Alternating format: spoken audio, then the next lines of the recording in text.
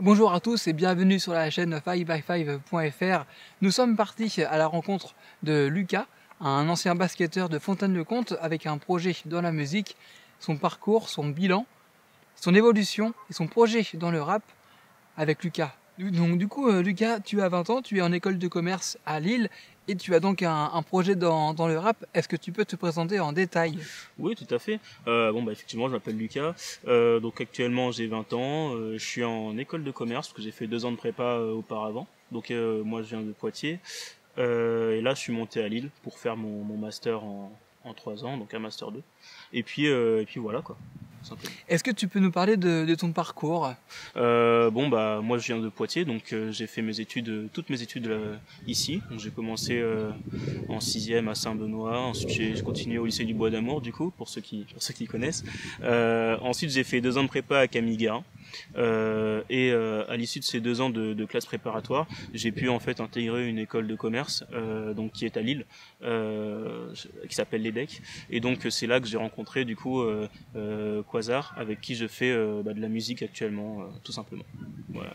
Tu as donc commencé par le basket à Fontaine-le-Comte. Pourquoi avoir choisi ce sport-là? J'ai commencé par le basket parce que j'avais des potes qui disaient ah vas-y Lucas on va faire ça et tout, c'est trop bien, viens avec nous. Je me souviens, il s'appelle Louis, il y avait Anthony, etc., toute la bande. Et donc effectivement je les ai rejoints. Donc j'ai commencé en 6e et c'était vraiment marrant. Au départ j'étais pas spécialement bon d'ailleurs, c'était juste rapide et endurant quoi. En fait en commençant à s'entraîner, en voulant toujours vouloir gagner et aller chercher des matchs, etc. J'ai commencé à progresser, mais toujours dans la bonne humeur. C'est ça vraiment au début qui me motivait. Ensuite, donc j'étais à Fontaine, on était vraiment dans l'optique de s'amuser. Puis à un moment où j'ai un peu changé de direction, je me suis dit ce serait bien de commencer à gagner. Maintenant que je voyais que je pouvais faire des choses, et j'ai changé de club. Le souci c'est que je me suis blessé, j'ai eu des tendinites en fait au genou, donc j'ai dû arrêter, et comme ensuite je rentrais en prépa, j'ai jamais repris quoi. Ton rôle dans l'équipe à Fontaine? Au niveau de l'équipe dans laquelle moi je jouais, j'ai commencé ailier, voilà, en termes purement basket, hein. Voilà, j'étais ailier, donc moi je traçais sur le côté, je recevais la balle et hop c'est parti.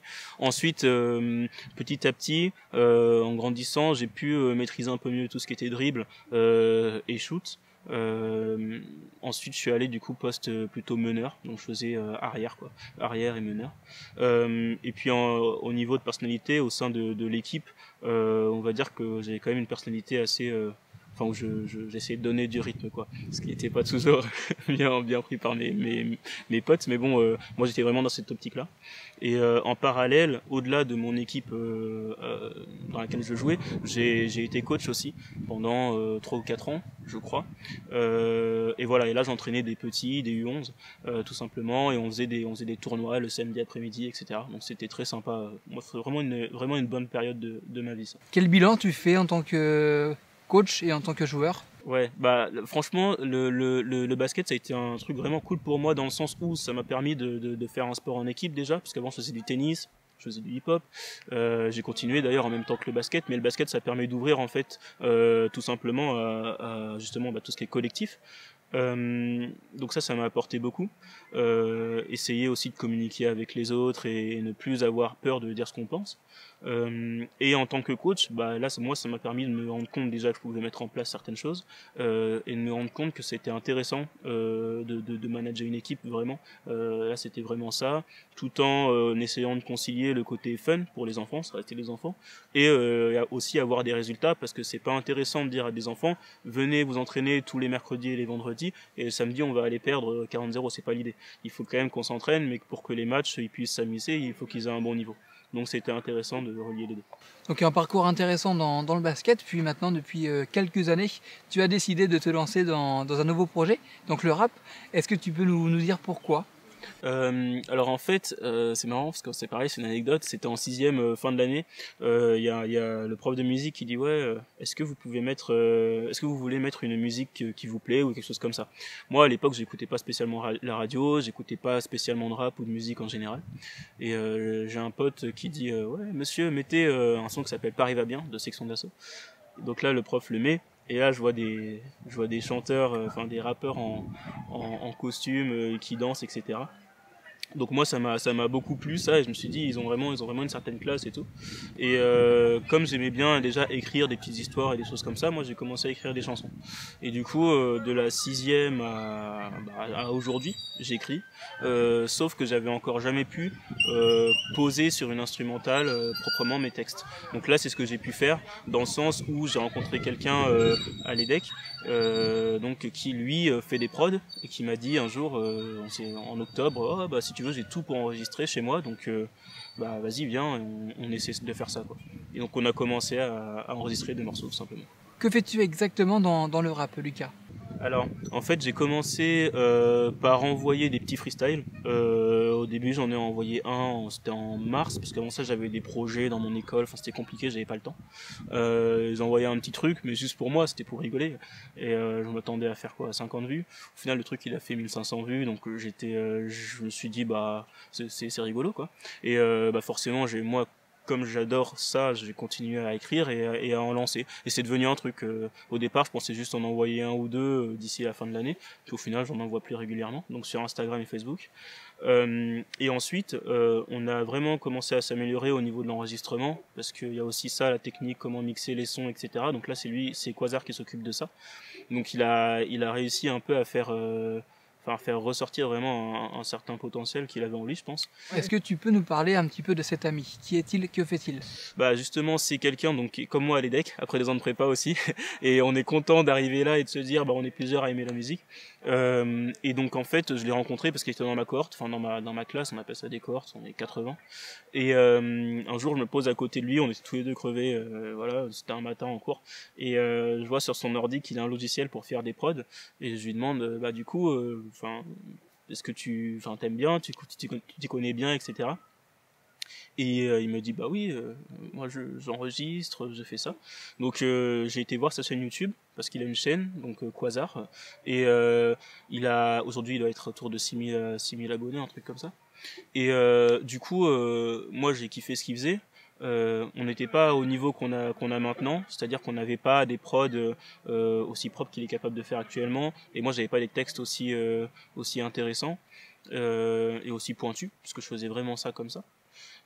Et donc aujourd'hui, bah, on est content d'en être là. Donc tous les deux, on va sortir un projet normalement avant décembre. À voir, ce sera peut-être un peu plus tard, selon notre avancement. Mais on est content de ce qu'on fait. Ouais. Arrives-tu à gérer tes cours à Lille et tes projets dans le rap? Ouais, en soi, ouais, parce que comme on a fait 2 ans de prépa avant, les cours en école de commerce sont intéressants, mais sont moins chargés. En plus, je fais un parcours qu'on appelle le parcours Innovact, c'est-à-dire que j'ai cours que le matin.